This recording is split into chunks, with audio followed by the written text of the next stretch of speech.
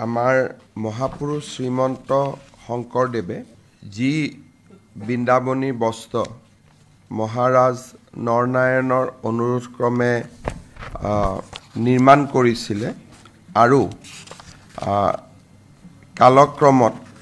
এই বৃন্দাবনী বস্ত্ৰখন অসমৰ পৰা টিবেট হৈ লণ্ডন ফ্ৰান্স এনেকুৱা বিভিন্ন স্থানলৈ যায়গৈ আৰু এই বিষয়ে বিভিন্ন সময়ত বিভিন্ন ধৰণে আমাৰ মাজত আলাপ আলোচনা হৈছে বৃন্দাবনী বস্ত্ৰখন অন্তত অসমৰ মানুহে চাব পাৰক তাৰ কাৰণে বহুতো প্ৰয়াস আৰু প্ৰচেষ্টাও চলোৱা হৈছে আৰু বিশেষকৈ ইউৰোপৰ তিনিটা মিউজিয়ামত বৃন্দাবনী বস্ত্ৰখন আছে কোনখন আসল বৃন্দাবনী বস্ত্ৰ তাক লৈও বিভিন্ন সময়ত আমাৰ মাজত বিভিন্ন কথা আলোচনা হৈছে এই বিষয়ে আমাৰ ব্ৰিটিছ মিউজিয়ামৰ কিউৰেটৰ ৰিচাৰ্ড ব্লাটনছ তেখেতে এখন কিতাপ লিখিছিলে সেই কিতাপখনত বৃন্দাবনী বস্ত্ৰৰ বিষয়ে বহুখিনি কথা সংলগ্ন হৈ আছে তাৰ ফেব্ৰিক কেনেকুৱা তাৰ বনোৱা ষ্টাইলটো কেনেকুৱা আছিল আৰু ইয়াৰ লগত জড়িত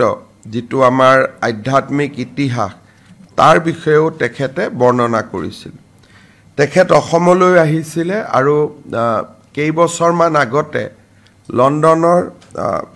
ব্ৰিটিছ মিউজিয়ামত তাত থকা বৃন্দাবনী বস্ত্ৰখন প্ৰদৰ্শনো কৰা হৈছিলে আজি যদি আমি কোনোবাই বৃন্দাবনী বস্ত্ৰখন চাব বিচাৰোঁ তেতিয়াহ'লে আগতীয়াকৈ মেইল দি ব্ৰিটিছ মিউজিয়ামৰ পৰা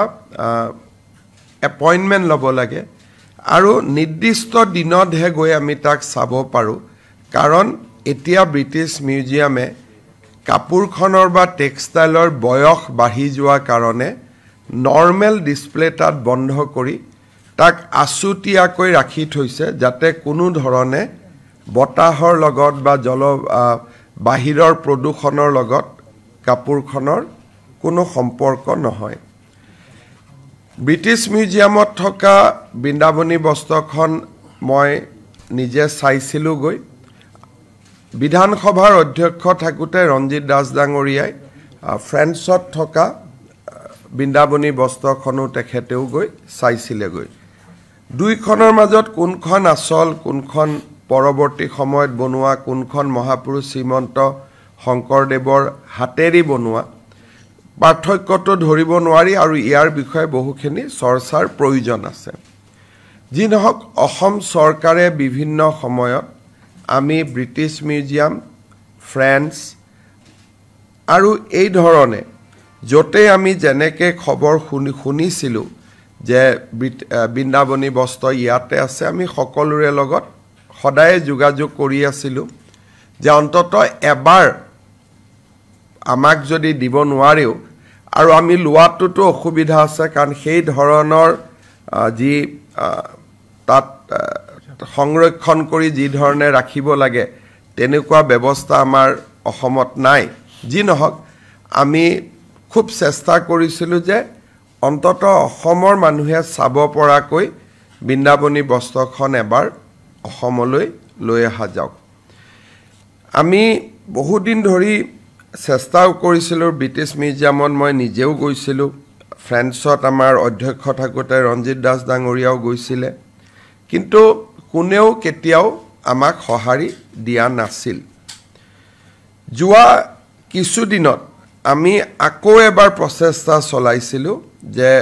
আমি অন্ততঃ বৃন্দাবনী বস্ত্ৰখন আমাৰ জীৱনকালত এবাৰ আমি অসমলৈ আনিব পাৰোঁ নেকি শেহতীয়াকৈ আমাৰ বাবে এটা আনন্দৰ বিষয় যে ব্ৰিটিছ মিউজিয়ামে তেওঁলোকে আমাক এখন পত্ৰ লিখিছে আৰু তেওঁলোকে আমাক কৈছে যে কেইটামান কণ্ডিশ্যন যদি আমি পূৰা কৰিব পাৰোঁ তেতিয়াহ'লে 2027 চনত তেওঁলোকে বৃন্দাবনী বস্ত্ৰখন অসমত 18 মাহৰ কাৰণে অহাৰ বাবে তেওঁলোকে ব্যৱস্থা হাতত ল'ব আৰু তেওঁলোকে আমাক কৈছে যে এই ক্ষেত্ৰত আমাক ব্ৰিটিছ মিউজিয়াম আৰু আমাৰ মাজত যেটো যোগাযোগ এই যোগাযোগটো JSW নামৰ যেটো কোম্পানী আছে তেওঁলোকৰ CSR এক্টিভিটিয়ে হৈছে আৰ্ট আৰু ক্ৰাফটৰ ওপৰত কাম কৰা তেওঁলোকে ইনিচিয়েটিভ লৈ ব্ৰিটিছ মিউজিয়াম আৰু আমাৰ মাজত এটা সম্পৰ্ক কৰি দিছিলে এতিয়া তেওঁলোকে আমাক কেইটামান কথা কৈছে এটা তেওঁলোকে আমাক কৈছে যে ডিজিটেল এক্সপেৰিয়েন্সৰ কাৰণে তেওঁলোকে এই বছৰে বৃন্দাবনী বস্ত্ৰখন আমাক দেখুৱাব খুজিব অৰ্থাৎ কলাক্ষেত্ৰত আমি গলো তাৰ পৰা আমি ডিজিটেলি ব্ৰিটিছ মিউজিয়ামত বৃন্দাবনী বস্ত্ৰখন প্ৰদৰ্শিত হৈ থাকিব আৰু আমি ডিজিটেলি তাক অন লাইভ চাব পাৰিম অৰ্থাৎ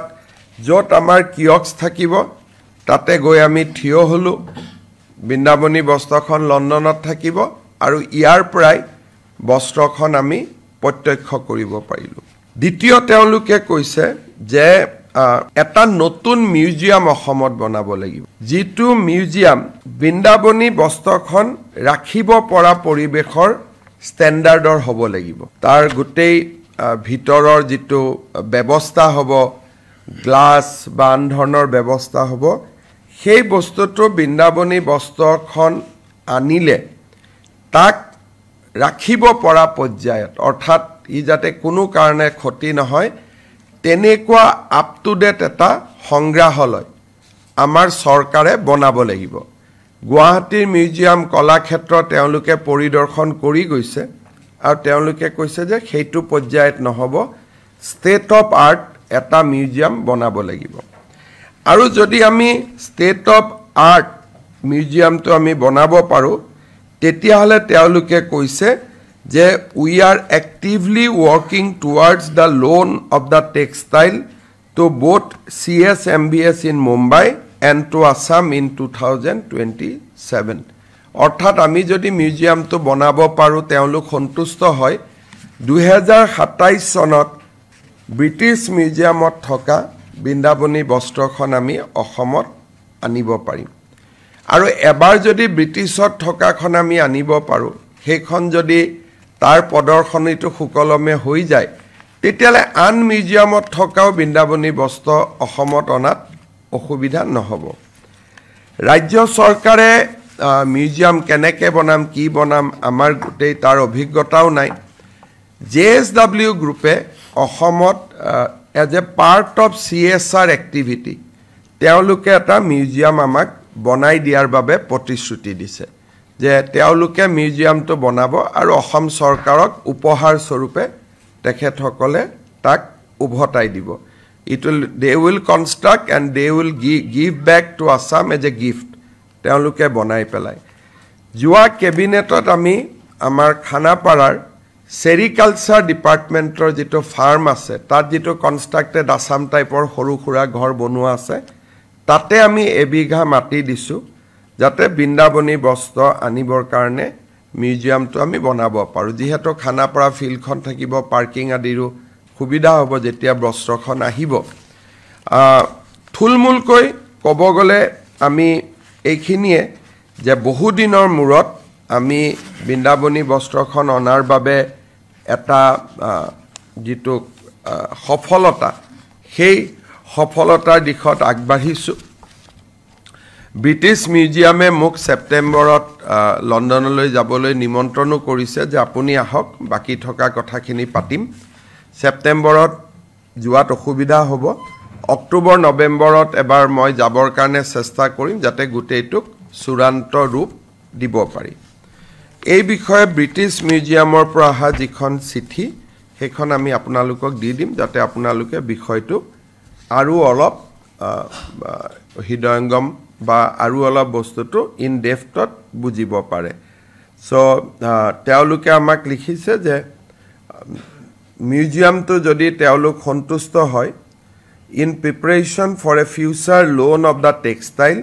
will shortly share our recommendation on environmental and security standards that should be considered during the building development অৰ্থাৎ তেওঁলোকে আমাক দিব যে কেনেকে environmental norms হ'ব কেনেকে security standard হ'ব সেইখিনি তেওঁলোকে আমাক জনাব তেওঁলোকৰ ষ্টেণ্ডাৰ্ড মতে আমি তাক বনাব লাগিব আৰু স্বাভাৱিকতে ব্ৰিটিছৰ ষ্টেণ্ডাৰ্ড মতে যদি আমি বনাব পাৰো same standard will apply to France also in a later period গতিকে এটো আমাৰ কাৰণে খুব এটা আনন্দৰ বতৰা বৃন্দাবনী বস্ত্ৰখন আপোনালোকে সকলোৱে দেখিছে আগতে মাজতে এনেকে তাক প্ৰেজেন্টেচন কৰা হৈছিল ব্ৰিটিছ মিউজিয়ামত কিন্তু আজিকালি টেক্সটাইলখন অলপ উৱলি যোৱা কাৰণে তেওঁলোকে তাক খুব সংৰক্ষণ কৰি ৰাখে আৰু মানুহে চাব খুজিলেও বহুদিন আগৰ পৰাই এপইন্টমেন্ট ল'ব লাগে এই ক্ষেত্ৰত আমাক আমি ভাৰত চৰকাৰেও লিখিছো আৰু তেখেতসকলে আমাক যেটো সোভেৰেন গ্যাৰান্টি দিব লাগে যে কাপোৰখন উভতি যাব সেই গ্যাৰান্টিও দিবৰ কাৰণে আমি ভাৰত চৰকাৰক ইতিমধ্যে লিখিছো জয়শংকৰ ডাঙৰীয়াক মই আগষ্টতে তেওঁক চিঠি লিখিছো তেওঁ ব্ৰিটিছ ভাৰতস্থ ব্ৰিটিছ ৰাষ্ট্ৰদূতক ভাৰতৰ ব্ৰিটিছ ৰাষ্ট্ৰদূতক এই ক্ষেত্ৰত আমাক সহায় কৰাৰ কাৰণে নিৰ্দেশ দিছে আৰু বেসিক্যালি অসম চৰকাৰ JSW আৰু ইণ্ডিয়ান এম্বাসেডৰ ইন ব্ৰিটেন আমি তিনিওটা একেলগে লগ লাগি এই কামটো আগবঢ়াই নিছো মই ভাবো যে বহুকেটা কাম যোৱা 5 বছৰত হ'ল চৰাইদেউ মৈদামৰ পৰা অসমীয়া ধ্ৰুপদী ভাষালৈকে আৰু এটা বহুদিনীয়া ৰাইজৰ সপোন এটা বাস্তৱত ৰূপায়িত হোৱাৰ দিশত আগবাঢ়িছে আপোনালোকক আমি চিঠিখনৰ কপি এটা দি দিম আপোনালোকে এই ক্ষেত্ৰত আৰু অলপ অনুভৱ কৰিব পাৰিব যিকোনো খবৰৰ বাবে যোগাযোগ কৰক 7099017330 লগতে 7099017110 নম্বৰত